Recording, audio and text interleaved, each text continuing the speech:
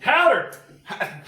Welcome to all of the Guildmasters DM tip series. Today we are talking about... Well, we're going to talk about the party taking fire from the NPCs. And I say that meaning the decisions the party makes, moving through holds and communing with guilds. How does the rest of the populace convene about the party? Yeah, how do NPCs react to your players, to your party, based on the decisions they make? You know, is there certain clans within these NPCs? You know, the rich hate you, the poor love you, or is it more of like this specific guild of farmers hates you because you helped this other specific guild of farmers? Or, you know, how does that, you know, are you a mercenary? Have you guys been helping the soldiers? Maybe the soldiers hate you because you've been helping out the guard or something. You know, where are the lines drawn and how many different conflicting attitudes? Too often you see the DMs blank slate their NPCs. When you go into a shop, the NPC's like, hey, I got crap to sell. And that's pretty much it. Yeah. But let's say that NPC was maybe married to someone that is a noble person and you're trying to overthrow the nobility of the town. Yeah. Well, they're going to have some emotions about that. So make sure the NPCs have some kind of alliance or like a network. Or vice versa, if you're going to do a quest for this noble person and you think like the party's acting like they're above everybody else because they're with these noble people, and then they just like, hey, we want to harass or break in or steal stuff from this, or we're going to harass this bar, and then you go do the quest and the people's like, I don't want to deal with you because you just like screwed with my husband or my wife or whatever, you know? Like you really... Or you abandon the quest. Oh, yeah, that's... The king sends you out to do his bidding, and the poor watch you deny him the quest. Yeah. And then the poor are like, we need more money. I'm glad that you could stand up to him. Yes, yeah. Her, yeah. Whoever, yeah. Yeah, I think it's one thing that's probably lacking in my session is I have factions, but I haven't really shown their conflicting ideas yet. I have it in my head, but it's really hard to portray factions of groups in your own head and then, hey, I want to fight you. No, and then the DM's yelling at you for 10 minutes and they're not yelling at you, they're yelling at themselves, yelling at other people.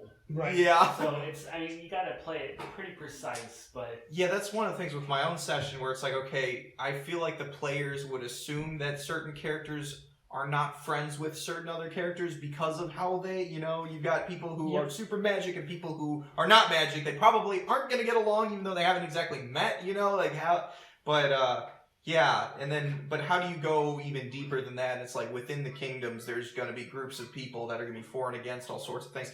I would say in our pirate session, our DM in that session definitely, she does a very good job of, you know, we kind of make her do a good job. She does an amazing job. We do very extreme activities. Yes, but it's very much like, okay, you know, we're helping out the poor people and fighting the rich people because it's like we want the place for ourselves, but we want to be fair rulers, and the rulers there are corrupt, so screw you guys, you know. And I don't think they were supposed to be corrupt, but they were. Yeah, so we dealt like, well, we're gonna deal with that. If we gotta fold people and put them in barrels, then that's what it's gotta be. That happened several times. It has to happen sometimes. Yes, yeah. And I could assume most family members of that individual probably wouldn't like our party very much. Yeah. And our DM had developed full families for some of these groups, and it's like, all right, but within the major family, the Builder clan, it was like, well, there's certain ones that supported, you know, the nobility. Yeah, the nobility, and there were certain ones that were like really didn't want to deal with it, and when we overthrew the nobility, they were like, sweet, we want to help you now because we're going to increase your pay. And they were within the same family. It was great. Yeah, that session has really good stuff because we deal with taxes and logistics in the city. It's pretty wild. Sometimes there's sessions where we just do board meetings. Yeah. Oh my gosh. Yeah, and it's fun too. It's like and they do get bored sometimes, but not all the time. Implementing plumbing. Well, we do bring in guests, special guests sometimes. We bring them into the dungeons. Yeah, I forgot about that. Yeah. But in any case, it's definitely how do you how do you get your NPCs to interact, or maybe there's certain NPCs you've been friends with, and then you go do something and don't realize, and the DM wants to do something to where now all of a sudden, oh hey, this person's kind of like, they're not going to be automatically hostile towards you, but like they're hurt. Yeah. Or like you ever have an NPC go up to a player and be like, we need to talk, and it's like, what? Yeah, no, that never happens. That never happens. Yeah, nobody's ever walking down the street with their whole party and then the NPC goes, hey man, what's going on with you and blah, blah, blah. Yeah, why are you doing this to me? Yeah, like what the heck? Like, whoa. Yeah.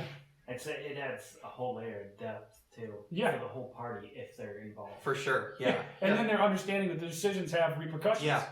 Yeah, how many, be completely honest here, you know, how many times have you been playing a video game and you're like running around like, yeah, let's murder everyone, but like then you go and you're like in dialogue with characters and then like you choose the option that makes the character feel bad and then you feel horrible for it and you like reload your save to like choose the other option because Yeah, like, I've done it.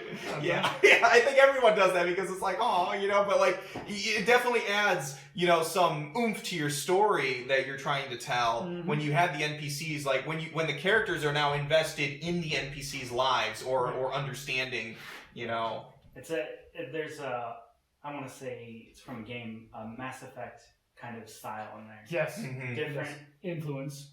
Yeah, you could say something simple to a noble, and he's going to remember that 6 sessions later, and he's going to come at you with a legion or something. Yeah. I mean, you could insult him to.